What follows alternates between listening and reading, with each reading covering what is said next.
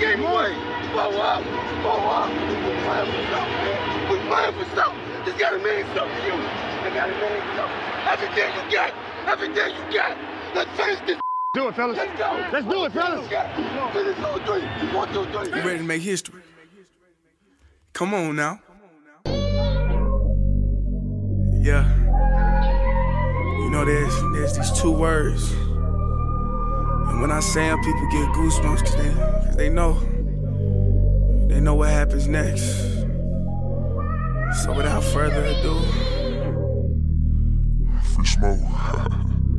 look. Scared cause I'm drowning in silence with bad thoughts. These days I don't have nothing to say, man, the bag talks. I put in headphones on my driver.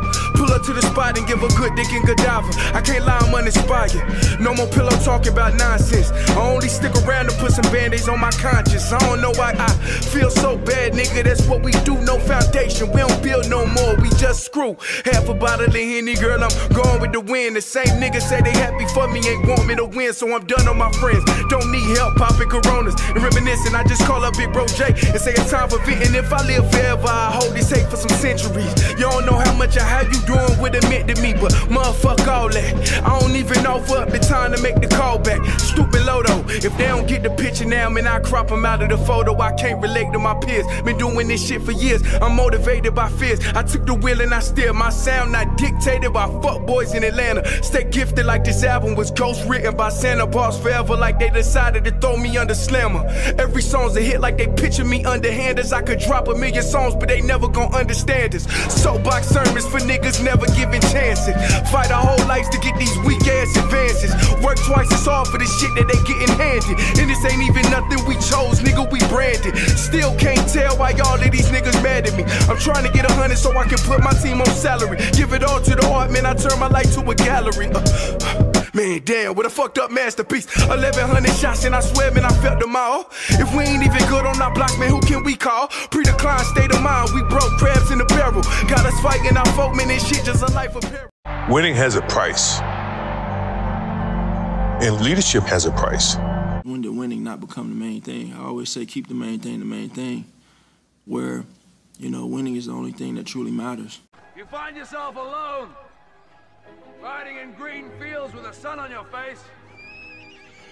Do not be troubled. Brothers, what we do in life echoes in eternity. Welcome back. Another episode of Kicking It with Saint. I am your host. I am Saint. Happy to be here. How are you all doing today? I hope everybody had a dope day, dope afternoon, dope night, whichever point in time you're listening to this. Yo, I've been seeing, I've been watching some, y'all know I hate podcasts. I can't do the podcast. I be trying to sit down and watch some podcasts. I can't do it. But I've been watching some like, lower ranked YouTube shows, like some YouTube sports shows. That's not like they get a lot of views, like thousands of views and whatnot. Cause I've been studying other channels and whatnot. Like, I know what I want my channel to become. I'm not studying them for that reason. I just like to see the points that people make. And, you know, very interesting, these channels, man. I'm not no hater, but I'm about to do some hate. I don't know, man. Maybe these dudes is just great at, I don't know, man. I like that all these dudes is getting money, can change their family's life and whatnot. Some of these videos I'm seeing, man, some of these shits is trash. I ain't gonna lie to you, man. I'm not talking about like the quality of like, I don't care if you got a camera. I'm not talking about that. I'm talking about what they are saying is fucking garbage. I don't understand how some of these people done got this many views off of talking sports. Cause it's very clear that these motherfuckers is not watching the games. It's very clear they regurgitating information that they hear on Twitter. And I'm gonna be honest with you. I think some of these dudes just watch other lower ranked videos. Like, let's say somebody came to my channel and watched one of my videos, right? And it was like, man, I like everything he's saying. And I don't be hearing people say that on a regular basis. They have a bigger audience, so they'll run and say it on their channel. Won't credit me, won't credit the person they stole it from. And they'll act as if, oh, I'll hear somebody say, oh, this person had a great point. And I'm like, all right, bro. Now, I'm not saying that's done happened to me. I'm saying that's like a thing that be happening. And so You know, YouTube is very interesting because a lot of new sports channels been popping up on my timeline and on my feed recently. So I just decided to check it out a little bit. I mean, I'm not impressed. Most of these shows don't even really stick to the sports, bro. Like, most of these shows not even really breaking down the sport. They're not analyzing the sport. They saying a bunch of shit that they see on these popular sports shows. And a lot of these people a lot of these sports shows is like, I can't even describe it. They're not good. They're not the competition that's going to push the Pat McAfee show, ESPN shows, and things like that off of the networks. It ain't going to be the things that, I mean, they might got good followings right now, but, you know, once those fans grow up and want better information, I don't know how long they'll stick to some of these channels, man. Some of these channels is absolutely ridiculous. And I dead ass was sitting wondering to myself, who is sitting around watching this shit? This is terrible information. This a gossip site, bro. I mean, it's a gossip channel. Like, what the hell? But I'm not hating. Even though I just said I'm finna do some hating. I'm just saying. Shout out to them. But, you know, speaking of hating, this dude, Cat Williams, man. You know, I don't know why I decided to start watching this video of Cat Williams doing this interview with Shannon Sharpe. It was a mistake. I should not have done that. Because I knew what to expect. For one, Cat Williams look rough every time I see him. Every time I see him, it look like the motherfucker just got done sleeping in the clothes he wearing for the last 20 days. He always look rough to me. But you remember when I told you, people who got a platform have a job, you know, because every human being feel a type of way throughout the day. Every day not going to be your best day. But when you have a platform to talk, you have to make sure that your mood and how you feeling is not affecting the shit that you say, especially when people is in today's society is so easily influenced by everything that come out of people's mouth. If you like somebody, or if you stand somebody, everything that come out their mouth is liquid gold to you. So I'm looking at Cat Williams, and you know, Cat Williams' legendary stand-up comedy, those like 3 comedy stand-ups he had come out back in the day, like masterful content. Some of the best stand-ups I've ever seen. The Hood Chronicles or whatever they was called will always be in my top comedy specials. But that was a completely different Cat Williams than the Cat Williams that we have today. The Cat Williams that we have today got to be one of the most bitter, and I'm about to say the N-word, so I'm just letting y'all know that in advance, because it ain't gonna hit the same if I don't use this word. Cat Williams got to be one of the most bitter, hating ass niggas I done ever seen in my lifetime to this point, bruh. A dude who could not achieve all the things he wanted to achieve because of his own fault. For some reason, every time he get in front of a mic, motherfucker want to hate and be bitter to people, bro.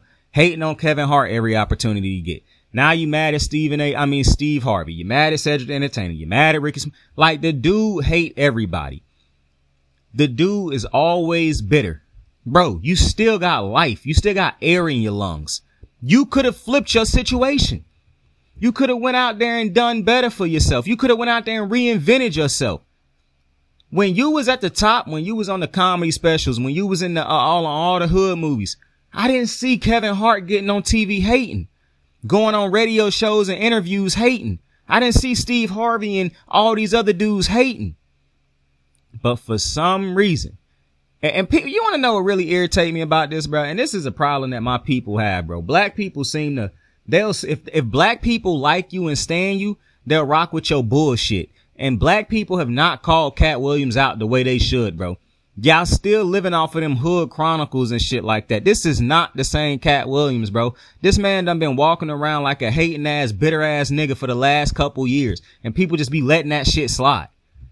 And every single time he pop up on the screen and hate on somebody, y'all support it. That shit don't make no sense to me. What do Kevin Hart got to do with this motherfucker not being where he want to be? What do all these other dudes have to do with Kevin Hart Cat Williams not being where he want to be? Bro, You where you at because of the mistakes and the choices you chose to make. I don't understand why every time this motherfucker got to get on something, he got to be a bitter, hating ass nigga. I just don't get it. I don't. Because I'm going to be honest with you. That shit done tarnished his legacy for me. I don't care about his, the problems he go through in life, in the sense that I'm not judging him off of those problems. Everybody go through problems. Some people go through more than others. Everybody make mistakes, bro. That's what and it's not everybody makes a mistake. If you live long enough, you will make multiple mistakes throughout your lifetime. That is just how it goes. How you decide to handle and bounce back from those mistakes, that's all on you. I don't understand why we have given, and when I say we, I'm talking about my people, why black people have given Kevin Hart this leeway to do what he do. Y'all go real hard at other comedians who y'all don't like. Y'all go real hard at other comedians who you don't find as funny as other comedians. But for some reason, we done given Cat Williams this space to be a hater, to be disrespectful, to be bitter. Listen, we can't do shit about him being bitter. Him being bitter is on him. He got to figure that out. But not calling this man to the carpet. Like, I saw this jackass on Twitter. And this is a prime example of what I'm saying when I say black people done giving this dude this, really black men done giving him this space to be this ignorant piece of shit. Because you got a lot of ignorant piece of shit black men out. And I'm not attacking black men. Obviously, I'm a black man. But I know a lot of black men out there, and I'm pretty sure I'm not pretty sure. It is definitely piece of shit, white dudes, Asian dudes, all that. But I'm not talking about you. I'm talking about my own people. You got these piece of shit, black dudes out there who constantly go to the, table to fight for Cat Williams. And I don't understand that. I saw a dude on Twitter who was like, if you look at this interview that Kevin Hart did on the Breakfast Club a couple years ago, then this aged real badly. What? No, it don't. He called Kevin Hart bitter. He called Cat Williams bitter. He told you all the reasons why he believed Cat Williams is hating on him. Kevin Hart's mistakes that he done made in his own personal life have nothing to do with the message that he was saying. And you would think dudes would be smart enough to understand that. But when you come to a black dude who grew up on Kevin Hart, he gonna say some dumbass thing to try to make it seem like Kevin Hart right. No, Kevin Hart is bitter, bruh. And you seem to be a dumbass for trying to rock with him. Instead of trying to help him, instead of trying to educate him, instead of trying to talk to him or flood his inbox like celebrities, like y'all love to do to celebrities, and tell him like, bro, grow up, stop hating. You can still be great. Like, you don't have to be hating on these other celebrities or these other comedians in order to get where you want to get to. That's why I'm like Mike Epps hating on Kevin Hart when he got big. Like, it's cool when you the big homie. When you the big homie and you don't think your little homie gonna surpass you, it's all cool. It's all gang. But as soon as the little homie pass you, oh, now we hating on Kevin Hart. Mike Epps. Mike Epps hating on Kevin Hart. Cat Williams hating on Kevin. Cat Williams just hate on everybody. I think that's sad, man. And the fact that people just keep giving him this space to, like, I don't understand Shannon Sharp interviewing him. I really don't. Like, and then if I'm interviewing him and I'm listening to all the stuff he's saying, I'm like, bro, why the fuck did I bring him on this show? For one, bro, I pray that when I get big, I never have people on my show pushing agendas, bro. I'm not an agenda, bro. I am just not the type of person to have something and be the dude that you pushing the agendas through. Like, unless it's Aaron Donald or Lamar Jackson, bro, I would allow them to push agendas on here and I'll push it with them. I'm just be honest with you. Okay. But them the only two. And Steph Curry. But them the only three. All right. LeBron James also. But that's neither here nor there. Aside from that, listen, man. Cat Williams need to go find some help. He need to go find some legitimate counseling. He need to go find some real love in his life. Cause I don't understand, man, what can make a man fall from grace like this. Not even falling from grace, bro. I just think Cat Williams is a horrible person at this point, bro. I'm gonna be honest with you, bro. When you live to be this negative, to be this much of a bitter, hating ass motherfucker, man, to me, see, it didn't hit like it did when I said the N-word when it did it. But, you know, to become what Cat Williams done become to me is just sad, in all honesty. But, you know, It is what it is. Talking about, I'm wilding. I don't know why I did that.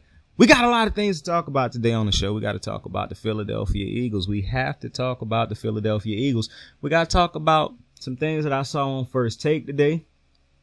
But let's start off with the Philadelphia Eagles, bro. Listen. So we uploaded a Jalen Hurts video, a Philadelphia Eagles video, and we took it down because I record. One episode might get recorded 2-3 different times until I'm gonna listen to all 3 of them, see which one I like the most, and then I'm gonna upload it. Or it's just gonna be based off of how I feel after I'm done recording. I'm like, usually I can tell halfway through the show if I like or don't like what's going on throughout the show, like what I'm saying. So I'll end the show and not upload it. Last week we did like 3 recordings for one episode, and 2 of them sounded so similar that we uploaded the 3rd one, not realizing the 3rd one was the one that I said. So you know how like you got 3 apples. Nah, that's not a good example. You got 3 songs.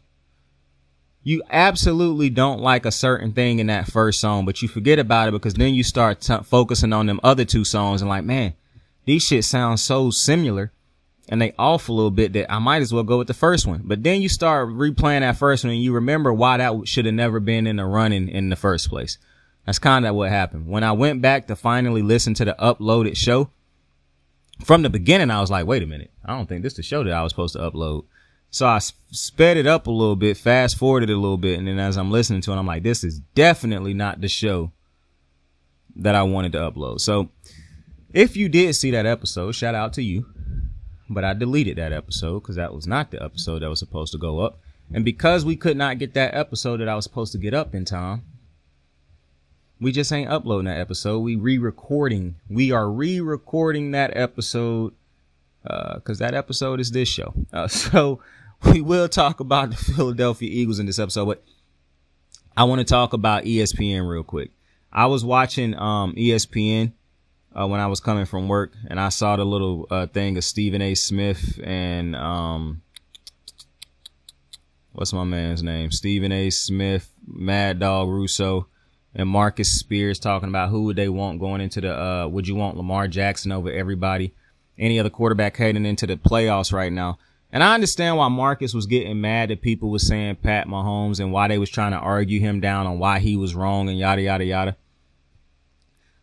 But this is what I understand everything about what Marcus, why Marcus Spears got mad. But the thing that I done come to the realization on when it comes to Stephen A. Smith, he like to be loud and wrong until he loud and right. So he'll just keep being loud and wrong until he loud and right. It just is what it is. I don't really care for what he say about Lamar. I don't care what most of these analysts say. I just call them out when they say stupid shit because most of them always going to be saying stupid shit. It just is what it is. My problem is I'm ignoring Mad Dog Russo. He might not be a racist, but he talk about black quarterbacks like he is a racist. So I could care less what Mad Dog got to say at this point. See, I'm trying to get my mental health back right, where I'm not always snapping and shit. And so one of the things I realized I got to do is stop paying attention to certain analysts. So it's just certain analysts I just do not pay attention to. Like I won't even click on a video that they in. That's Mad Dog. Most of the time it's Acho, but I have to listen to the thing that pissed me off about Acho and Mad Dog is Mad Dog. I can skip watching him because he ain't on ESPN every day. Acho worked with 2 people who actually most of the time have great football analysis, and LaShawn McCoy and James Jones. Now I like Joy Taylor also, but I feel like sometimes Joy Taylor, I just don't like that she don't have real pushbacks when it come to Acho. I don't like it. I done seen James Jones and Shady McCoy have legitimate pushback when it come to Acho just sitting on. And you know, that's the thing about Acho, man. He could just sit on TV, give you half truths, lies, and no context lies, and don't nobody say shit. They just be letting him rock. Them the worst shows to me. Shows where you got a host like Acho who think the show is all about him, who could sit on the show and just lie to make all his points or say half truths or give you no context to make his points. I hate shows like that, bro. And that's kind of what I'm saying with this show that happened on First Take this morning when they was talking about which quarterback you wanted when you going into the playoffs. Listen, what Marcus Spears should have understood was they were never going to pick Lamar Jackson. The goal line has always been moved. I thought it was funny when one of them said, if Pat Mahomes was on this Ravens team. Now that's very interesting. That's very interesting because you did not say that for Lamar Jackson in his first couple years. That if he was playing with the talent that Pat Mahomes had. You see my irritation when it comes to the stupid ass media. I told y'all, they're going to rock with Mahomes because he is known as the best quarterback. What kind of dumbass statement is that? This is how I know they didn't watch these games. If Pat Mahomes had to play with what Lamar Jackson had to play with his first couple years, because this ain't no switch Lamar and Pat Mahomes type of situation. Now, y'all know how I feel about Pat Mahomes and Lamar Jackson. I actually watch the games, so I understand that those is the two best talented quarterbacks in the NFL. I've been saying that my whole time. I'm going to tell y'all what's funny. So I think this channel been going for 2.5 years maybe. I think we done covered 3 NFL seasons. I think this is about to be our third. We finishing up our third season. In the 3 seasons I done been over here, I've been telling y'all that Pat Mahomes and Lamar Jackson, in my opinion, are the 2 most talented quarterbacks in the league off of just their own talent. Since I've been telling y'all that, I believe the MVPs have gone Aaron Rodgers, Pat Mahomes, Lamar Jackson. This year, Lamar gonna win it. I'm just telling you. Saint clearly knows something. But because I watch these games, I obviously understand how great Lamar Jackson is. And that's why I've always gone to his defense and said, if you give him talent, something he haven't had in the NFL or in college really, or at no level did he have the real superior talent other than himself, then you would get more out of Lamar Jackson. The Ravens people keep talking about how good the defense is. The Ravens defense has not been great during Lamar Jackson's time. His first year was when it was a great defense. It has not been great since that time. This year, it is great again. You want to know the common denominator? They went out and got Roquan Smith. Roquan Smith and Kyle Hamilton seem to be changing life for this defense. However, and Lamar Jackson's, see, this is what I say when I say the media is very irritating because they pick and choose who they want to talk about in a fair way. All you done heard this year is, the drops by Mahomes talent. The people around him not doing nothing. Where was this for Lamar Jackson? Y'all keep trying to say 1-3. Dude had about 8 drops from players in that first Titans game he played as a rookie who was not even coming off of playing a full starting year that year. Started halfway through the season because Flacco got hurt and wasn't even playing great football at the time. We was under 500. But sure, let's blame him for that. The next year they come in and play the Titans, they beat the Titans. The next round against the Bills, they didn't lose that game because of Lamar Jackson. Once again, players decide not to show up. I'm still replaying them J.K. Dobbins drops, the Mark Andrews drop before the pick 6 happened. Mark Andrews dropped the ball that he could have took in for the end zone. Because he dropped that, it immediately followed it up with a pick 6 that somehow was Lamar Jackson's fault. When the pick was thrown in the end zone, nobody on the Ravens decided to go make that tackle. You see, it's like Deion Sanders said on Nightcap a couple weeks back. When the Ravens lose, it's all Lamar. When the Ravens win, we somehow find ways to praise everybody else. Ain't that funny? You done heard a lot about Kyle Hamilton this year. And I'm not talking about from my channel. I'm not talking about from a channel that actually covered the shit the way it's supposed to be covered.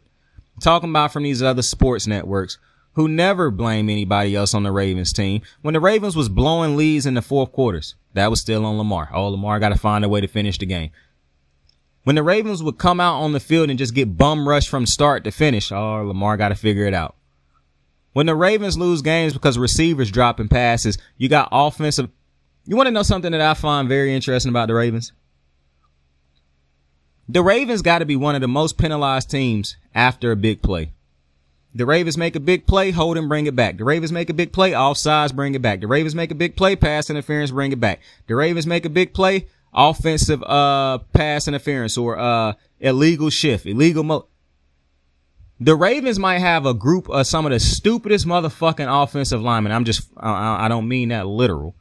But some of the mental mistakes that the Baltimore Ravens offensive line and players seem to make throughout Lamar Jackson's tenure, every time he make a big play, something bring it back. I talked about it last year, how it felt like every time Lamar Jackson took 10 steps forward for the team, somebody on the team found a way to knock them boys back 20 steps. It made no sense. That's what was irritating me about the lack of improvements in other areas when it came to DeCosta and John Harbaugh. Because right now you're just relying on Lamar Jackson to go out there and play Superman. Well, now look at the team he got around him, which is why I'm offended. I'm offended. Much like I was irritated and still irritated by the Ryan Clark comments of I take Jared Goff before I take anybody. But he was specifically saying about Lamar Jackson. You see, I'm going to keep bringing that up because the reason that comment irritated me so much was because it showed me it ain't just white people that hate on Lamar Jackson. It's the black ones too. The black guys who knew how hard it was. And that's the thing about Ryan Clark that really be pissing me off. He be acting like a real raccoon, man. Because the way he come and dick suck Big Ben, the way he dick guzzled Ben Roethlisberger, I don't never see him, bro. The same vitriol that you be having for past teammates. Because I'm gonna be honest with you, the shit Ryan Clark pulled on Rashard Mendenhall these past month, I really think you a hoe ass nigga for that, bro. I ain't gonna lie. I don't like using the N-word on my show, but you was a hoe ass nigga for that. And I ain't gonna lie. If I was Rashard Mendenhall, bro, I would have whooped your ass. I'm being dead ass serious, bro. You could not have brought me on the pivot, bro. See, that's where I still have to grow as a man because I would have fought Ryan Clark, bro. I don't know if Mendenhall can fight, but you not gonna disrespect me on the show, on that show a long time ago. Say you don't remember that shit, and then you gonna try to call me a racist because of my comments, bro. Not thinking about what I'm going through. You just this thing that Ryan Clark got where he wanna tap dance for the masses. I don't get it. He want to be some psychological, physiological, like some therapist or some shit like that. That's why I don't watch The Pivot, because The Pivot done basically become a fucking therapy session or some shit like that. It's the same way I don't watch Aaron Rodgers interviews on Pat McAfee show no more. Because why the fuck I'm finna sit and watch Aaron Rodgers say a bunch of stupid shit that I do not care about? You know what I'm saying? That's basically, and a shout out to Aaron Rodgers. I like Aaron Rodgers, the player. Aaron Rodgers, the human being, I guess he cool. I think he kind of weird, little, you know what I call him, the hippy dippy motherfucker, man. You know, listen, Aaron Rodgers remind me of them dudes who, speaking of Aaron Rodgers, he got on the Pat McAfee show and said Jimmy Kimmel's name gonna be on the Epstein list, and Jimmy Kimmel was not having that shit. That's what I'm talking about, Jimmy. Fight for yourself, my guy. Don't let Aaron Rodgers get on there talking crazy, bruh. Every time Aaron Rodgers get on there and get to push a narrative on somebody, people don't get to respond. That's what I'm talking about, Jimmy. Call that motherfucker out. Call him out. Now, I like Aaron. I do. But I told y'all, man, these agendas, these little weird ass agendas he like to go on Pat McAfee show and push, man. That shit just weird to me. And the fact that he feel like he got free reign to just call, I was going to say something else, to call people out and not have people reciprocate that nonsense. Hey, Jimmy said, hey, you want to go to court, you bitch? Jimmy say, you want to go to court, you pussy? Keep playing with my name, man. Keep playing with my... Now, I'm going to tell you something. Jimmy said something in his tweet that I really liked, and I agree with wholeheartedly. Because, you see, Saint could give two fucks about an Epstein list. I have not followed that shit. But let me tell you something. For this little hippy-dippy weirdo Aaron Rodgers, man, and I like Aaron Rodgers, but that's just what I call him, a hippy-dippy... I was finna say something. I call him a hippy-dippy weirdo, man. The ayahuasca, the shitting and pissing and throwing up at the same time. You know, I do think Aaron Rodgers is an attention whore. I done come to realize that. Because at first I was like, nah, he ain't no attention whore, bro. The camera's always in his face. But if every time you in the camera... If every time you in front of the camera, you say some outlandish shit that you know gonna get like blow up after you done, you definitely a attention whore, bro.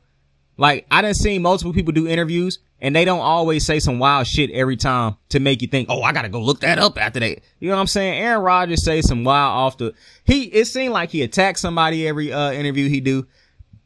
he tell you how he feel about some, and it's another thing about Aaron Rodgers I don't like. He tell you, when he talking, Aaron Rodgers also got a bias in him, bro. I'm not gonna lie. Name one. Okay, bro. Y'all not gonna like what I'm finna say, bro. Y'all not gonna like what I'm finna say, but I'm gonna just say it. I ain't seen Aaron Rodgers show love to none of these African American quarterbacks yet.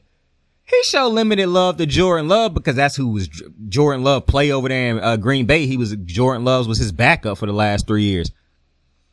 Bro, his praise on Lamar be limited.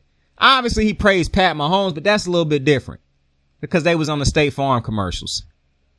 I don't never see him go hard for Jalen Hurts. Oh, he said something good about Dak Prescott this year. He said something good about Dak. Other than that, bro. Now I'm just cherry picking right here. I just need to hear him say, I'm going to be honest with you. This is what my thing is. I hear too many people praise Aaron Rodgers, that's African American quarterbacks, for him not to really get it. I don't hear him say a lot of good stuff about Kyler Murray. I don't see him going head over heels for Lamar Jackson's MVP candidacy. He was doing it for Brock and Christian the other day. Why is that? But you know what, Aaron Rodgers? You know what? Fuck you. Because Lamar don't need your love, buddy. He don't need your love, bum. Tom Brady already told him he was next up. I'm just fucking with you, bro. I like Aaron Rodgers. He ain't Tom Brady, obviously. And I do mean it when I say, we don't need your love, buddy. But, all that other shit I was just saying to troll. Listen. I do think this hippy dippy weirdo, Aaron Rodgers got to chill out though. You know, you feeling like you could just say whatever the fuck. That's the thing with white dudes, man. They feel like they can say whatever the fuck they want to until another white dude be like, no, you can't, pussy. I'll take you to court. I shout out to Jimmy Kimmel, bruh. Shout out. Hey, I bet you Aaron Rodgers gonna pick them words carefully now.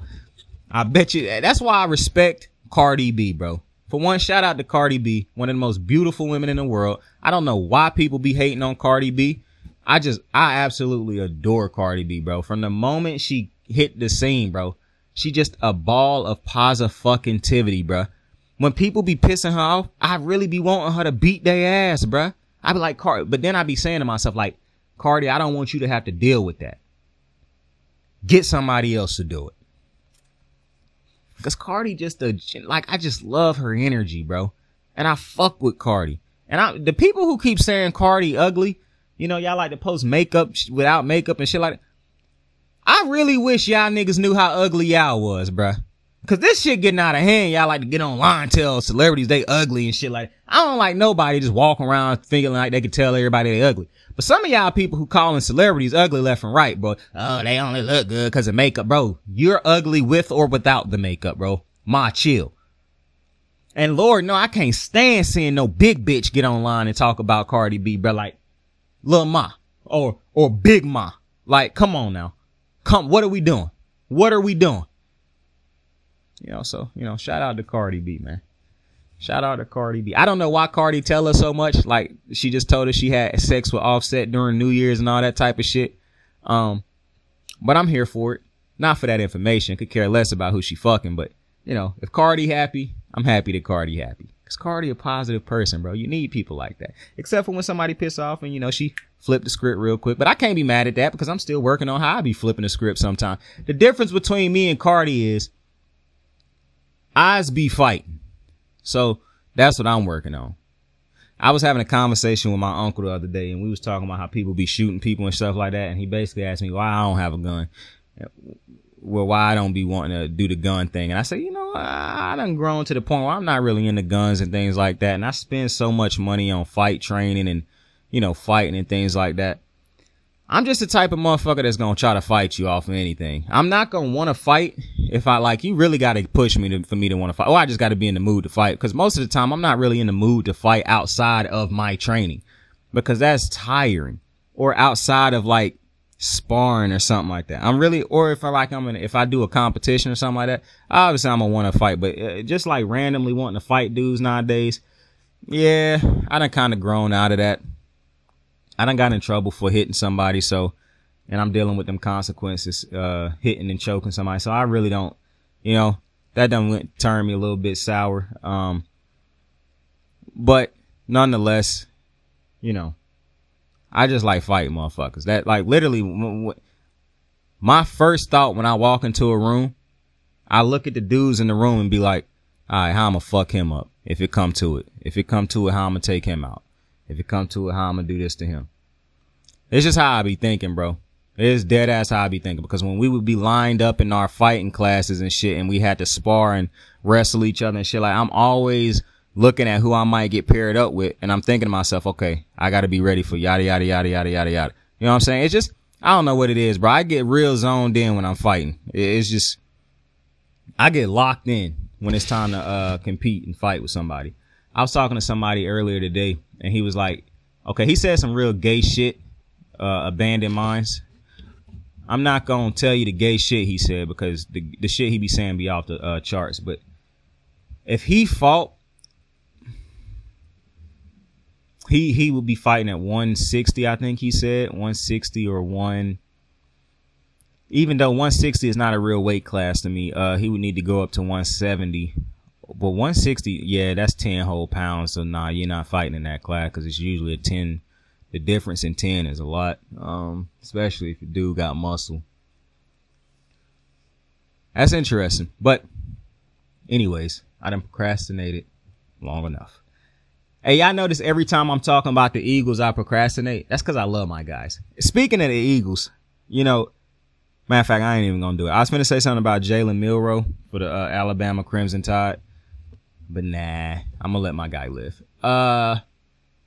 Even though he looked a lot, you know, I thought the worst game I seen from Alabama offensively in all these years of me watching Alabama. I keep telling y'all I don't fuck with college football, but I be secretly watching Alabama. But don't hold that against me. All my years of watching Alabama football, and this might not be the most talented team we got. I understand that. But out of all my years watching the Bama Crimson Tide, this might be one of the worst offensive performances I have ever seen us have. I mean, none of our running backs finished with over 100 yards rushing. None of them even got close to tapping that 200. Like, y'all don't understand Alabama football if you don't understand the shit that I'm telling you right now. Like, listen.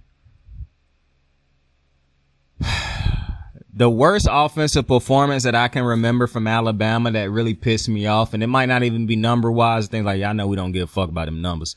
I'm talking about as I sat there and watched this performance, I was physically ill to my stomach watching it.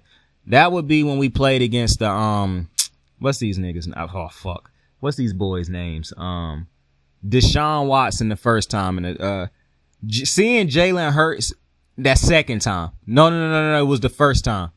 Seeing Jalen Hurts, no, it was against Georgia. It was against Georgia when we beat them with Tua coming in at the end, and it was against Deshaun Watson when we lost to Deshaun. Seeing Jalen Hurts play those games at the time where he was not a competent thrower of the football, that was so tough to watch. Because I'm like, man, Deshaun Watson can throw the ball, he can run the ball, they can run the ball. Clemson a better team because of the quarterback position. To be honest, as much as I hate college football, that is another thing that taught me the value of having a great quarterback. Alabama's a great team. It didn't fucking matter once they had to play against Deshaun Watson, an NFL-ready quarterback. It just didn't matter. And so that performance against Michigan might have been worse. Nah, it wasn't no might. That was worse than them performances. I'm not going to lie. Those was way worse. And I know how people talking about that last play at the end of the game in overtime. I don't know what y'all thought Jalen Milroe was going to do with that bad snap. I'm definitely not trying to let him off the hook. But, I mean, when you look at the sacks that he took in this game, the dumbass play by the center, who I don't even understand why he was still starting at center. This is just not the best Alabama. This is not one of our most talented teams. But quarterback play can overcome the lack of talent. And I just don't think Jalen Milroe. The thing that irritated me the most about the Jalen Milroe thing is nothing about him. It's about the people who kept telling you that he was Lamar Jackson. Because to me, bro, this Lamar Jackson thing, man, comparing everybody, that shit getting real disrespectful. It's just too easy to look at the tape and see that Lamar Jackson is a one-on-one. So, like, when people keep doing the Vic comparisons, saying this dude is like Lamar, bro, you don't see people running around saying, oh, that dude remind me of Pat Mahomes, because we acknowledge Pat Mahomes is a one-on-one. That's my pride. That's why I'm so taking it so personal when these motherfuckers say certain things to Ryan Clarks and Stephen A.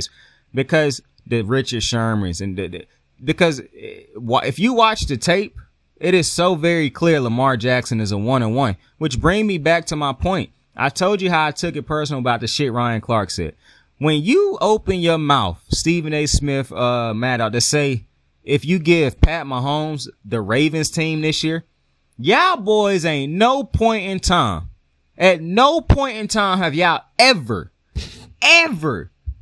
I'm talking about go back all these years Lamar Jackson been on the field. At no point in time have they said, well, if you give Lamar Jackson Pat Mahomes talent, well, if you give the talent around Pat Mahomes, get that to Lamar. The talent around Josh Allen, get that to Lamar. The talent around Burrow, get that to Lamar. That was never said. That was not stated one time by the national media. They kept going in on Lamar, blaming Lamar, talking about he need to learn how to play better. All the while, if you watch the tape, the man improving every year. That was never talked about. They just kept doubting him. Oh, this and that and it. It's real funny. So, you know, I understand how bad. I'm going to tell you something, man. We're going to be a real problem for these other sports shows when we become big. And I'm going to tell y'all what's funny, man.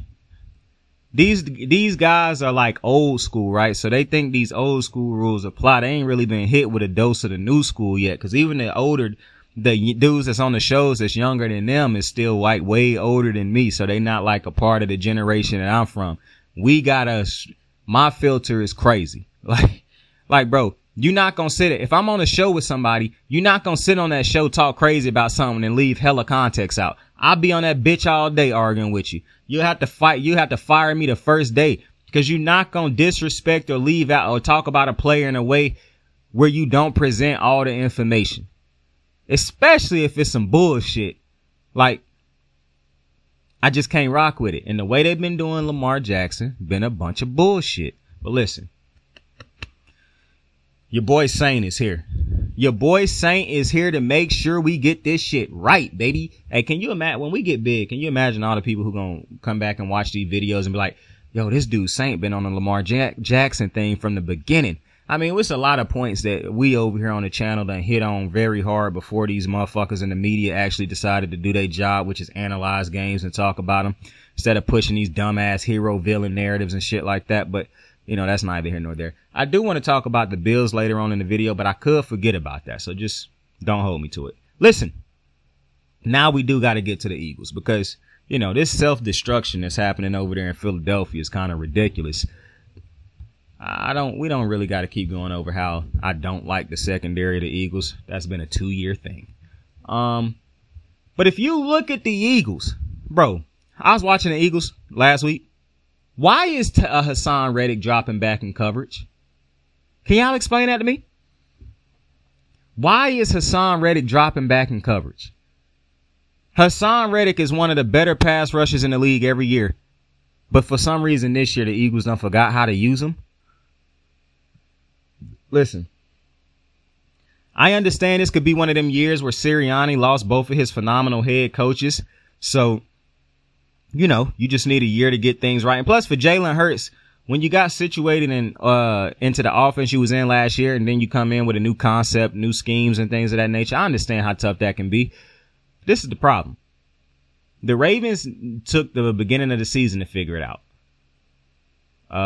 Eagles, you only got one game left before the playoffs start. You're going to have to figure it out. The Eagles, to me, and this is really my problem with the NFC, how unbelievably weak it is.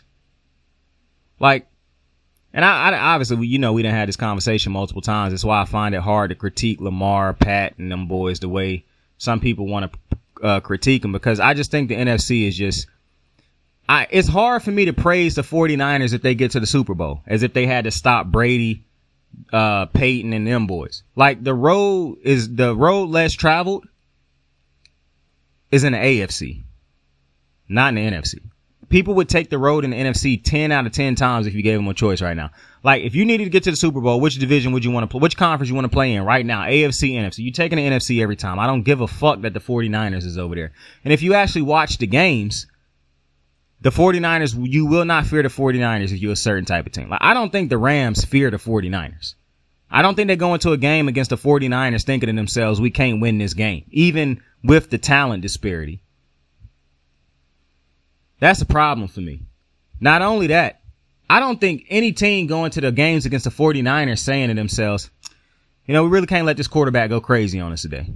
We got to really find a way to stop him. That's a problem for me. Because when you travel over to the AFC, oh yeah, we can't let Pat Mahomes, Josh Allen, Lamar Jackson, Joe Burrow go off on us today. We can't let them get in the rhythm or it's over. Yeah, you don't say that about nobody in the NFC. Not Dak, not Jalen Hurts, not Brock Purdy, none of them. And I already told y'all who I think is the most actual talented quarterback in the NFC. Like, off of just what I'm watching, to me, the most talented quarterback just off of his talent alone is Jordan Love. And you're probably going to see that, you already should have started seeing some of it this year, but next year you're really going to see it. And if I'm wrong, I'm wrong, but I ain't been wrong on too many things on this channel. But I'm trying to think in my head the other quarterbacks. Justin Fields to me is not the most talented quarterback. I don't even think he's close to one of the most talented quarterbacks in the NFL, especially in the NFC. Trying to think of some of the other quarterbacks over there. Because Jordan Love don't throw. Justin Fields, the arm talent is nowhere near what Jordan Love's arm talent is. Some people might say Matthew Stafford. He old, so it's no shot that I would take Stafford over Jordan Love as far as talent wise. Yeah, I'm gonna be honest with y'all, man. And I done said this a couple times. I don't know how the Packers don't run the NFC very shortly if Jordan Love become exactly what I think he could become. Because I think Jordan Love is more talented than Brock. I don't really think Brock Purdy is that talented on his own. I done said that before though. Like, when I watch the quarterbacks, I told y'all I break down quarterbacks in a certain type of way when I'm watching them. And I like Brock Purdy. I done said that from the beginning, but I do not think he is off of just individual talent alone. I don't know what Brock Purdy do to really sway the game for his team off of just his talent. When I look at Jordan Love, that's talent, arm talent. Good. Now he gonna still have to work on some of the parts of the game that that can be developed. Like, certain talents, I don't think you can develop. Like, what Pat Mahomes and Lamar Jackson have that make them great, I don't really think you can teach that. That's just God-given, and they can hone it in on themselves because they were the ones blessed with that talent. But I don't think this is one of them situations where, example, my guy asked me about Tua with Gianni. He asked about Tua. I think Tua could get to the level of a Lamar Jackson, the four horsemen, basically. And I do want to preference something. I do not think Joe Burrow is as talented. I don't think Joe Burrow is anywhere near as talented as Lamar and Pat Mahomes or Josh Allen, to be frank. But I do believe he is the fourth best quarterback in the NFL, and he do make play. I don't know if he make the players around him better, but he a damn good quarterback, and he make a lot of great decisions. And it's a lot of great things about. I don't think he got a stronger arm than like. Joe Burrow's a great quarterback, bro. We just gonna leave it at that. But do I think Tua could become one of them? No, I don't. Because I don't think Tua possessed it. And you gotta understand, I love Tua. All right. We've been Tua time for a long time over here on the channel. However, when I look at Tua, I don't see the talent that separate Tua the way I see the talent that's separating these other guys. So as much as I like Tua, as much as I think Tua is a great player, I think the talent around Tua play more of a role than Tua. Do I think Tua can have a great game and beat a good team? Absolutely. I think the same for Brock Purdy, Dak Prescott, Jalen Hurts. But I don't think, a prime example, when it was time for Pat Mahomes to make... Pat Mahomes done showed you twice in 2 Super Bowl wins the difference between a great quarterback and a good quarterback. Pat Mahomes wasn't favored against neither one of them 2 teams he beat in the Super Bowl. The Eagles was favored to beat them, and the 49ers was favored to beat them. He came back and beat both of those motherfuckers. I will Now, he had the big run against the Eagles, and the Eagles' win was impressive. shout out to him. Jalen Hurts kind of played a better game, but like I tell y'all all the time, the greats don't have to be perfect throughout the entire game. They have to be perfect when it mattered the most. That Super Bowl is not more impressive to me than I will never forget that comeback he had against the Chiefs. Against the 49ers. That throw where he backpedal, sling that bitch to Tyreek. Bro, that is one of the greatest fucking throws I have ever seen in my life. Just the ease of which, that's what really turned me into a huge Pat Mahomes fan. The way he could just backpedal, plant, launch. That shit is different, bro. When you see him float that bitch up there off of that back, bro. I saw Jordan Love do that shit this year. And I said, oh my God, the Green Bay Packers got them one. To be quite frank with you, Pat Mahomes been running the AFC, but his reign was always going to slow down because there's a lot of juggernaut quarterbacks over there. Jordan Love could have a hold on the NFC if they don't find a way to get some quarterback talent. And you want to know one of the biggest reasons why a lot of the AFC's quarterbacks are so good, or we got the better quarterbacks? You see, in the NFC, you can beat up on each other. You really got to suck in order to get like a top 5 record, like Chicago been doing the last couple years, or like Carolina did this year. In the AFC, it's not hard to become one of the worst teams in the league. Imagine you have a schedule where you have to play the Bills that year, the Chiefs that year, the Ravens that year, the Bengals that year. Now imagine you play one of those two teams twice a year, meaning you in their division. You pray it's not Baltimore, because if you got to play Baltimore or Cincinnati, you play both of them motherfuckers twice a year, including the Steelers and the Browns. Having that type of schedule, then you got to play the Dolphins. Then you got to play a C.J. Stroud and them boys. Then you got to play possibly a good Justin Herbert and the Chargers. It would be so easy to sink in the AFC and become a top 5 pick in the draft, as evidence is what's happening over there in Los Angeles with the Chargers. Because there's so much great quarterback play, top tier quarterbacks, good teams in the AFC, it's easier to suck because you could end up playing against a lot of top tier quarterbacks.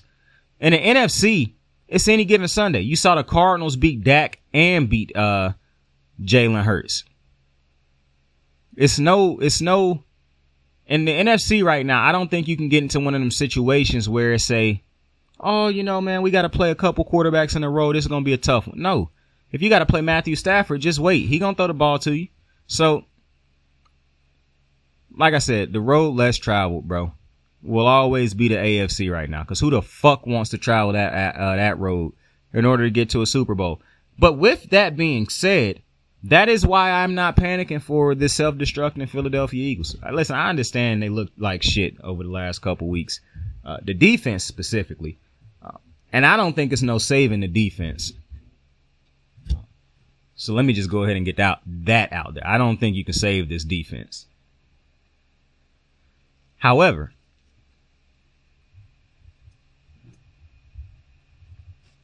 while I do not think that there is any saving to be done for the for the Philadelphia defense, Philadelphia can offset their defense if their offense gets back to playing great football. See, that's the ultimate equalizer. If you got a great offense, you can help out a bad defense. That's just the nature of the beast. If you got a bad offense, then it's hard to help out a good defense. It's hard to help out a defense, period. But if you got a great offense, or if you got an offense that can put up some points, you can offset bad defensive play. I think the problem right now is Philadelphia's offense is so trash. Turnovers, not being able to pick up the first downs, not getting Brown involved. All bad. However, I haven't lost faith in the Eagles for the simple reason, bro, y'all want me to trust the Detroit Lions? I don't watch them all year. Now, what I believe right now in the NFC is a pick 'em. I don't trust anybody.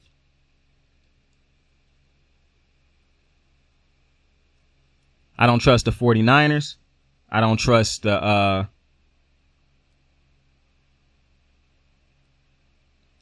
Eagles. I don't trust the Cowboys. To be quite frank with you, if I had to take a team right now, if you was like, yo, take one team right now that you think could win it all, I would probably take the Rams.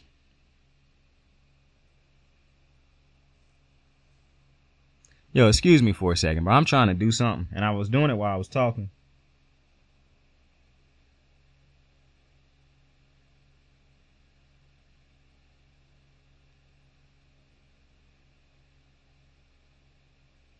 But right now, I like the way the Rams been playing. But I'm not confident in Matthew Stafford. That's just a quarterback I'm never going to trust, bro. It's just not going to never happen. Just like Jared Goff. I'm just not going to trust him. Now, I pray that Brock Purdy don't never get to that level of where I just can't trust you. But I don't trust Stafford or Jared Goff. So who knows what can happen ultimately with those two teams. However, I kind of still think the Eagles going to make the NFC championship game. As bad as the Eagles playing right now, all they got to do is play good in the playoffs. Now, I'm not telling you that this is a flip the switch type of situation. I don't believe in flipping the switch in the NFL. But I do think that they could just get right. Like, to me, all the improvements that Philly can make.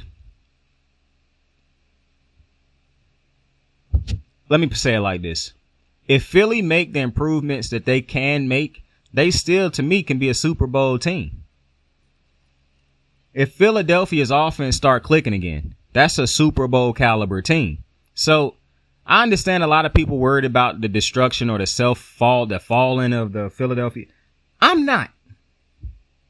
Now, call me foolish, and I'm definitely not trying to like preserve a pick or nothing like that, bro. I'm not that dense. Or stubborn to where I don't want to move off of a pick. But listen, if you're irritated because Saint not going hard on the Eagles, be mad at the NFC, bro. The NFC is just not good enough for me to think if the Eagles was in the AFC, we have a problem, because I wouldn't take the Eagles over a lot of teams in the AFC right now. But they play in the fucking NFC, bro.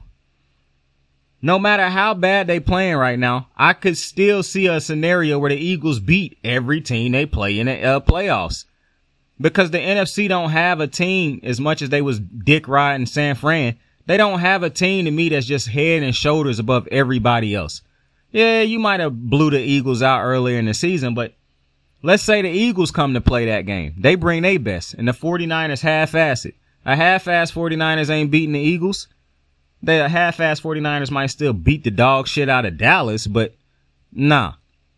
So, hell, the way I'm feeling, throw Kyler Murray and the Cardinals in the playoffs. Shit, they might get a dub over somebody. Like, that's how little I care right now. That's how little I feel like a juggernaut exists in the NFC right now. And it's a real shame, to be completely honest with you. But listen, I am, without a shadow of a doubt, going to take the 49ers right now. However, I would not be shocked. Because right now, the 49ers, they playing the best. They look healthy. You know, actually, no, fuck that. I'm changing that. I would take the Rams right now. I'm just fucking with you. That was my bias coming out. The Rams is the team that I would take to beat the 49ers right now. That's the only team that I think could actually beat them at this very moment. But I would not be shocked if the Eagles beat them. The only team that could beat the only team that could beat the 49ers that would shock me right now is the Cowboys.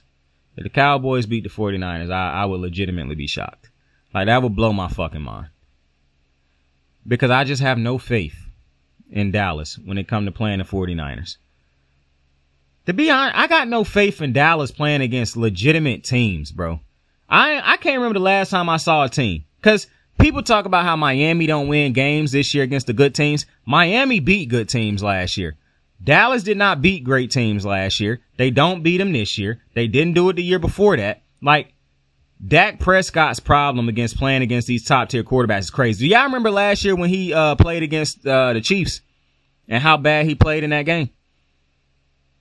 That's my thing, man. Like, some of Dak's worst performances against these top-tier teams' quarterbacks, bro. I do not like that. Because that's, like, the one thing I can put my hat on when it comes to Lamar, he gonna show up against y'all great white quarterbacks.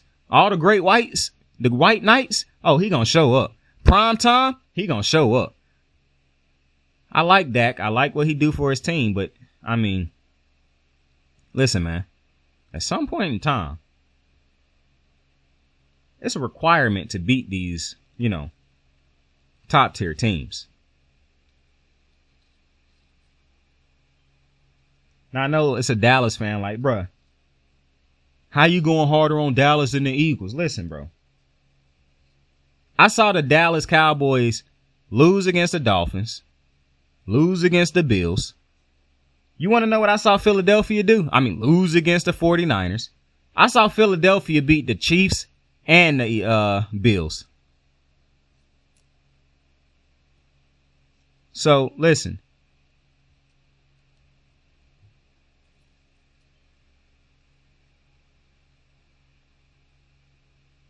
My bad. Was doing something. Give me 2 seconds.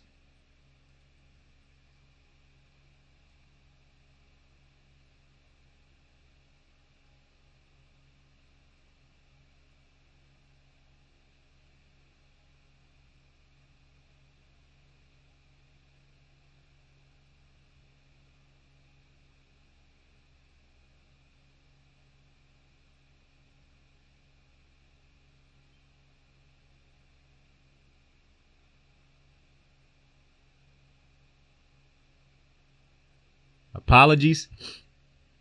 I didn't mean to leave y'all hanging that long. But listen. Those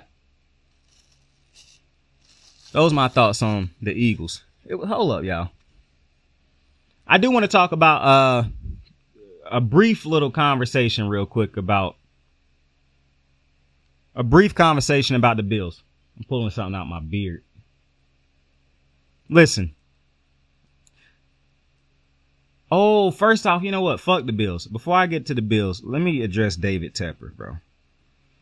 Motherfucker got fined basically $1.74 for throwing that drink on a fan, bro. Listen. I done told y'all before. Some of these fines don't make no fucking sense. Put this one at the top of the category of fines that don't make no fucking sense. My God. That's all I'm going to say on that. My God. The fan better sue this motherfucker. But I want to talk about the Bills real quick, man, because the Bills can miss the playoffs altogether if they don't win this next game, or they could just end up winning their division and finish second and finish as a 2 seed. This is why it does not matter. So I've been watching more Bills film this week, even though I done watched damn near every single Bills game this year because Josh Allen, one of my favorite players, so I make it a mission to watch him. But I done watched every Bills game this year. I done rewatched the last couple games since they been on this little heater. Yeah, I don't know who need to hear this. Josh Allen has not played great in this stretch.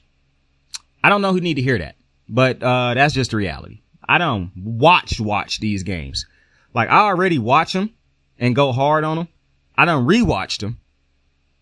If you think Josh Allen is playing at an MVP level, like I had already said Josh Allen wasn't playing at an MVP. If you think that Josh Allen is playing at an MVP level, you smoking crack. Like, it's no problem. I don't have no problem with people saying Josh Allen should be an MVP candidate, even though I don't think he's been playing at an MVP level. However, it is hard for me to say this because I love Josh Allen. I don't know what Richard Sherman was talking about at this point because I done watched every single one of these. The defense is doing a lot of good right now for Buffalo. Shout out to them. The running game has been great for Buffalo. Shout out to them. Stephon Diggs and Josh Allen got to pick it up. And I'm telling you right now, Bradley Chubb did tear his ACL. He out for the season. I don't know why he would have been in that game at the end of the game against the Ravens up by as many points as they was up by. But that's for the Dolphins to deal with. If Miami refines their offense, they are going to beat Buffalo. It is no way that the Buffalo offense, struggling the way it's done struggled, is going to go into Miami and slow down this team or keep up with this team if Josh Allen and Stephon Diggs don't have great games. Stephon Diggs done averaged a little bit at or under 4 catches the last couple games, under 45 yards or some shit like that. You know I don't care about stats. That is an important stat. That is telling me he has been of no use to them recently. He has not been used at all. Anytime the media start, and because you know the media do this little dumbass thing sometimes. They do arguments that they can't lose. They do win-win arguments for them. So like one of the win-win arguments they do is like, oh, should Lamar Jackson play in week 17? Well, that's a stupid question because it's a double dub for them. If he play in week 17 and get hurt, they're going to say, oh, you shouldn't have played him. If he don't play in week 17 and they rusty and lose in the playoffs, oh, you should have played him because of it. So that's an argument that I don't even engage in because that's called a double dumb. They set it up for they can get a double dub, but I think it's a double dumbass question because it's only set up for you to be right. This situation right here, I don't know, man. It's a little bit different for me because Josh Allen, man, it's a tough one. I've been wanting to take I've been wanting to take Buffalo in this game all week. But after sitting down and rewatch, and now, the only reason I've been wanting to take Buffalo is because Buffalo and the Bills own the Dolphins. Like, they just have a mental advantage over the Dolphins, even though the Dolphins beat them once last year. When the Dolphins lose to the Bills, it seems like they get their asses whooped by the Bills when they play them.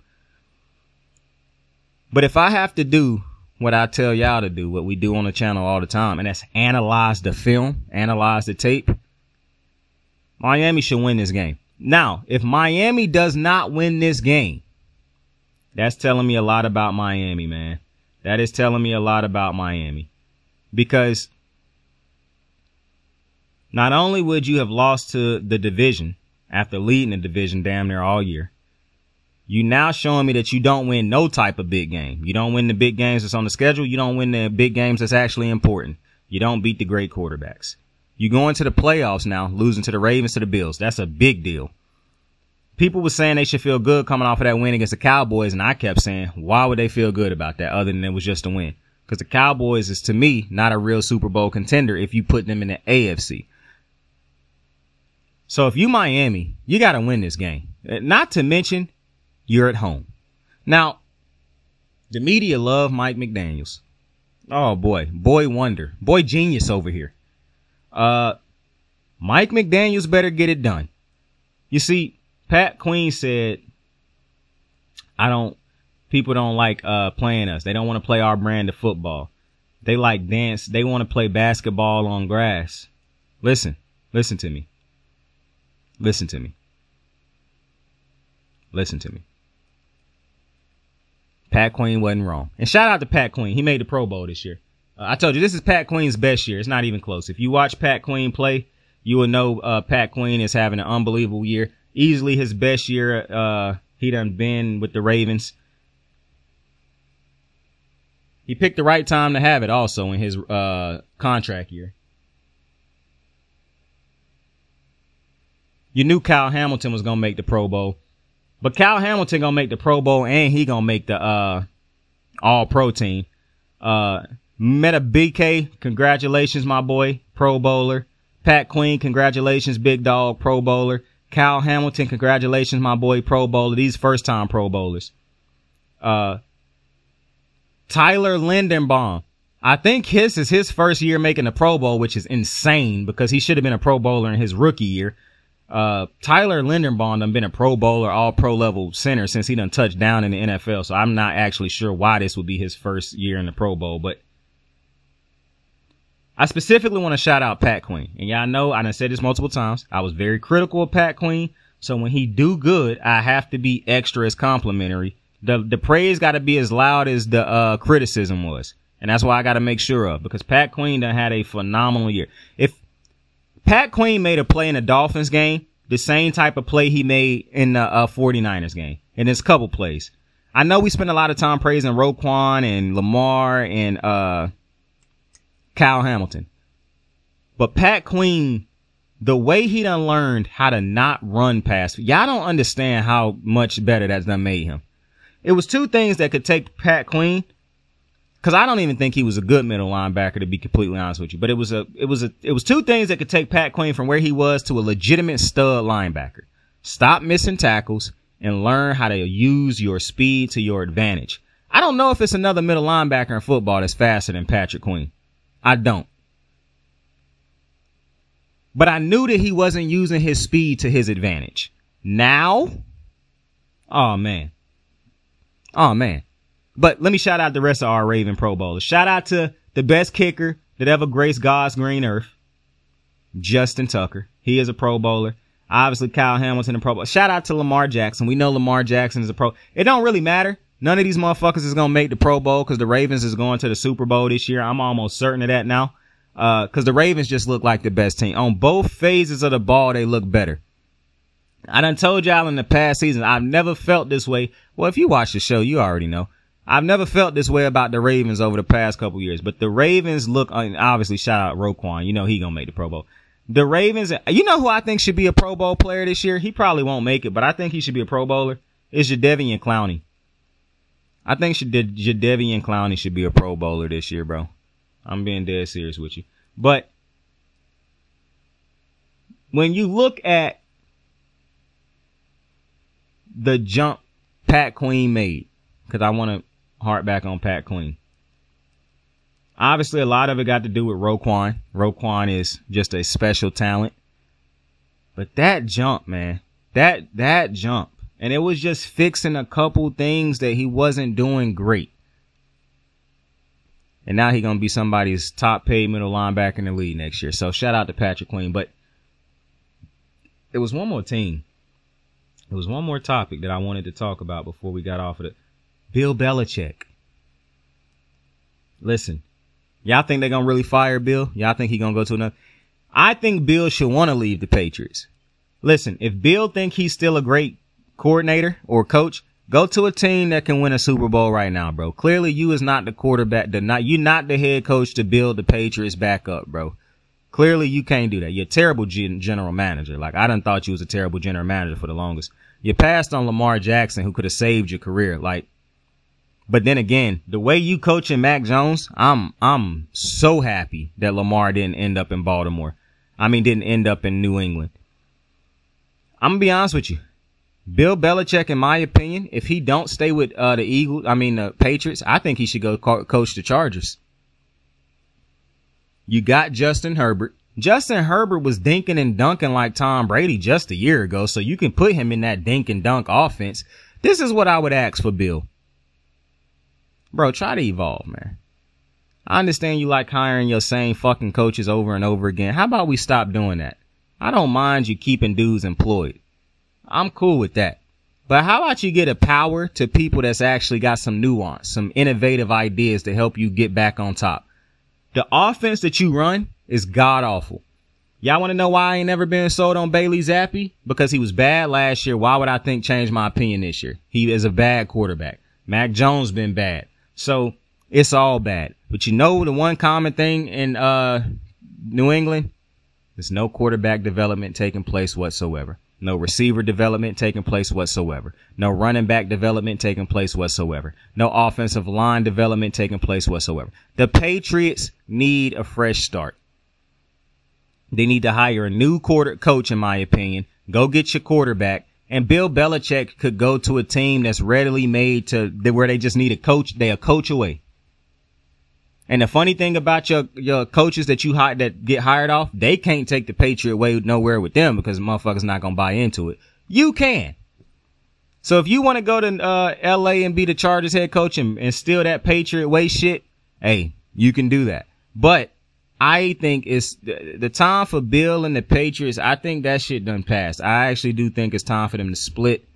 I would like to see him with the Chargers, but he could dominate the NFC if it was a team in the NFC that was readily, you know what?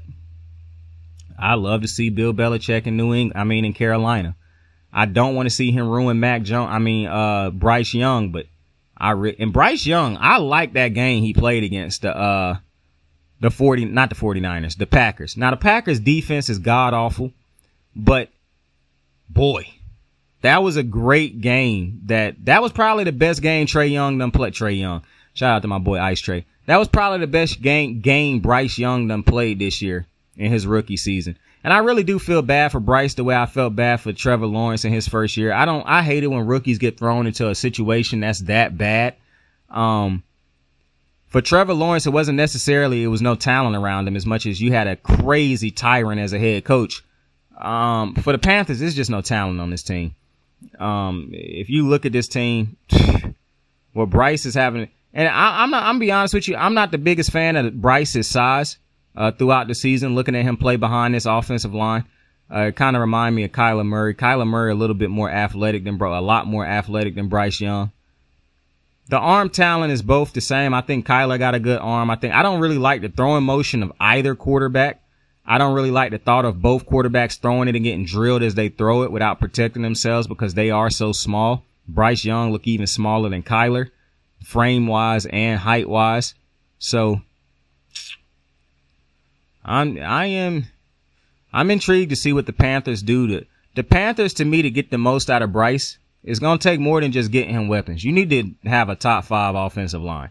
You need to make sure that Bryce Young is protected because this is not a quarterback who I want to see taking a bunch of hits because I don't know if he's going to be able to withstand a lot of hits. So I'm interested to see what happened with Bryce Young. In closing, we got that Drake Duplessis match coming up against Sean Strickland. I saw Ian Gary say something to Sean Strickland on Twitter about being a hypocrite or something like that. Yeah, I'm just at the point where I'm starting to think these dudes is retarded. Ian Gary definitely got to be retarded to me. Cause what he said to Sean Strickland don't make no sense to me. No shot that you really thought that. For one, I do understand how somebody could think saying something about somebody's wife is like personal. Your wife made those t-shirts of Neil. I don't know why I like calling him G off, but of G Neil.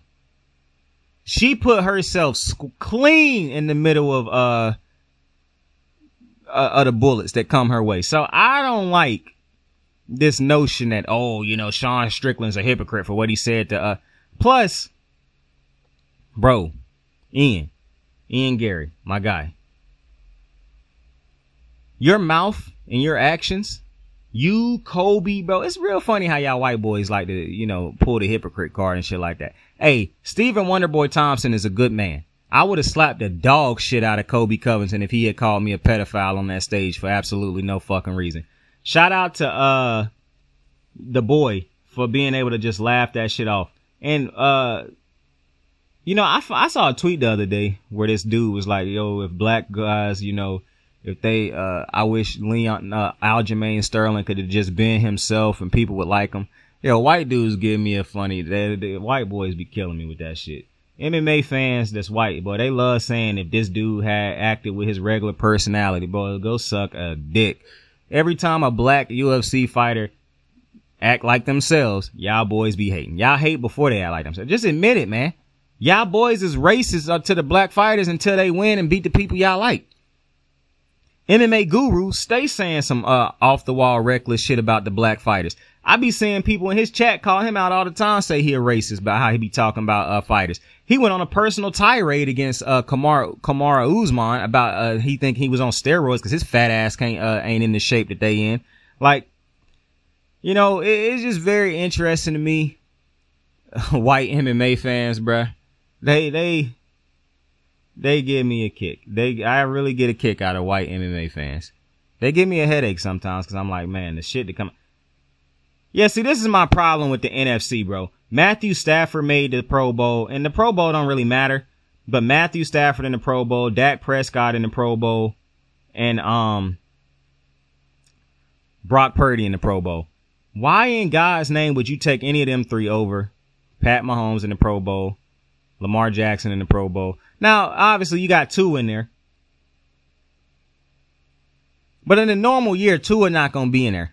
It's going to be Josh Allen or Joe Burrow. It's not going to be Tua.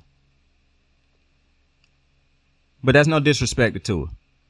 It's just a clear difference in talent. And shout out to the defensive player of the year, bro. Who y'all think I'm going to give defensive player of the year to? Y'all think I'm going to be biased and give it to somebody on my team? Or y'all think I'm going to give it to Myles Garrett or TJ Watt? I'm tired. I'm giving it to Max motherfucking Crosby, bro. Y'all know that's my guy. He made the Pro Bowl. Obviously Max not going to win Defensive Player of the Year, but I think if you think about an MVP on the defense, now obviously TJ Watt and Myles Garrett are exactly that. They are MVPs for a defense. But can we give it to somebody? Bro, here's my problem. And shout out to my guy Aaron Donald, bro. I can't forget him. 10th Pro Bowl selection. The dude's unreal. He's going to be an all-pro once again. The dude is a walking Hall of Famer. Walking first ballot Hall of Famer. Here's my problem. Do I even want to?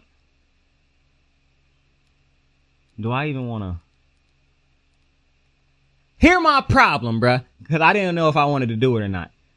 Listen, I understand the sack numbers matter. They do. The sacks matter.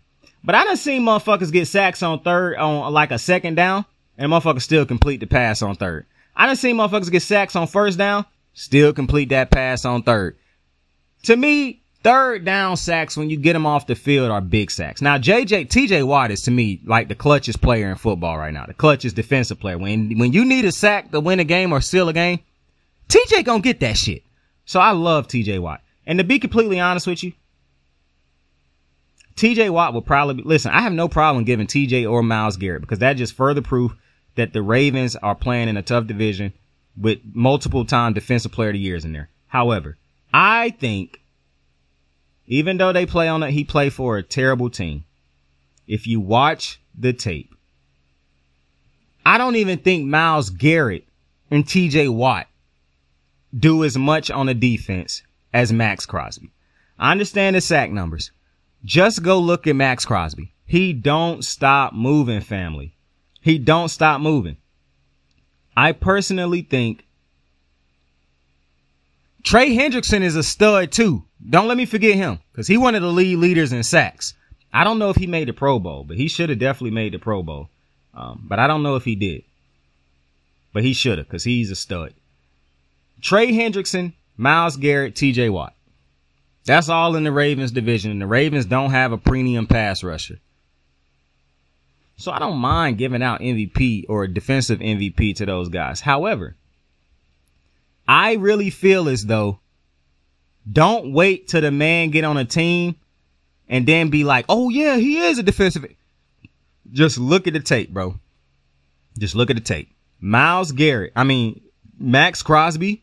If I had a vote for MVP, for defensive MVP, I give it to Max Crosby. I'm just telling. Second would be, I really haven't decided between TJ Watt and Myles Garrett. I kind of want to give it to TJ Watt because of how fucking great he is in the clutch. And I love Myles Garrett too. He's just an all around dominant dude. I just think that clutch, gene that TJ Watt possesses is special. But man, Max Crosby, bro, just watching Max Crosby play. He might be my favorite pass rusher, not named Aaron Donald. He might be my favorite defensive lineman, not named Aaron Donald. Because I'm not going to like no player more than I like Aaron Donald or Lamar, or Pat Mahomes. But Max Crosby is quickly entering that category of one of my favorite players he already one of my favorite players in the league. We got to talk about my guy who didn't make the Pro Bowl this year and he didn't make All Pro, but he would have if he played. And that is, say it with me. Say it with me. All Pro Matt fucking Milano. Hey, shout out to my boy, man. Heal up, big dog. But yeah, I think we done covered mostly everything I needed to cover on this episode. So with that being said, I appreciate y'all for joining me on another. What? I just watched this crazy commercial. But anyways, I appreciate y'all for joining me on another episode of Kicking It with Saint. Tell somebody you fuck with them. Tell somebody you love them. You can be anything in the world. Choose to be kind to somebody today. Listen. New Year.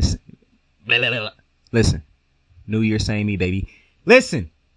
We're going to have a great year this year, man. Channel growing. Views, new subscriptions. We listen. I got a dream. We're gonna work it. Ha, ha, ha. Y'all remember that shit? Common killed that shit. I ain't gonna lie. Hey, bro, y'all remember that? What's that shit? Get your money, man. Like, and I'm hopeful. Yes, I am hopeful. But today, take this music and use it. Let it take you away and be hopeful. What's that song? Is that the song? And he'll make a way. I know it ain't easy, but that's okay. Cause I don't know if that's the word. It's that song called Hopeful. I don't know, man. Y'all know what I'm talking about. The shit with Twisted that was on, and Faith Evans that was on, what's the shit called? Coach Carter. What's y'all favorite sports movie, man? My shit is Coach Carter. Left side, strong side. That's my shit, boy. When he took them down to the battlefield, I can't even remember, man. I ain't seen that shit in so long. And we fighting the same fight that they fought back then. We fighting that same fight right now. That's my shit, boy. That's my shit. But listen, it's gonna be a good year for us, man. It's gonna be a good year for us. With that being said, I love y'all. I fuck with y'all. Like, subscribe, share. Really, do all that. We growing. Hand to the head. Saint out. I got the moves like hot sauce. Lil' mama taking the top off. I'm laying down getting topped off. After this, she know she getting knocked off. I know she loving the money, so I keep on thumbing and thumbing. She say she horny when she taking shots, so I keep them coming and coming. Now I'm putting dick in her tummy. Scoop her up like I'm raking her something. You would think shawty red track, the way that she running and running. You getting dumber and dumber. You out here chasing the bone. After she finished from giving me dome, the Uber is taking her home. Tight.